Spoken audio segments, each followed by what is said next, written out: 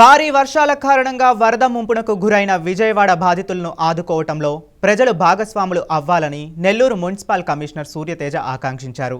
విజయవాడ వరద బాధితుల సహాయార్థం 55,000 రూపాయల అల్పాహార ప్యాకెట్లను నగరపాలక సంస్థ కార్యాలయం నుండి ప్రత్యేక వాహనాల్లో మంగళవారం తెల్లవారుజామున తరలించారు.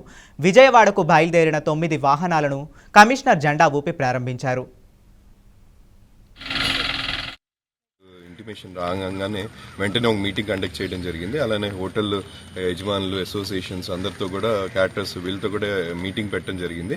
పెట్టి వాళ్ళకి ఎంత ప్రిపేర్ చేయాలని చెప్పి దాని తర్వాత నైట్ కూడా సిబ్బంది అందరూ కూడా నిద్రపోకుండా రాత్రంతా కూడా మేల్కొని ఉండి ప్రతి దగ్గర ఈ బ్రేక్ఫాస్ట్ లంచ్ ప్రిపరేషన్స్ ఈ చూసుకొని చేయడం జరిగింది. సో దీనికి అందరూ స్టాఫ్ని కూడా అప్రిషియేట్ చేస్తున్నాను.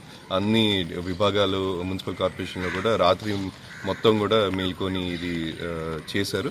అందుకని ఈరోజు మార్నింగే అంత బ్రేక్ఫాస్ట్ కూడా డిస్పాచ్ చేయడం జరిగింది.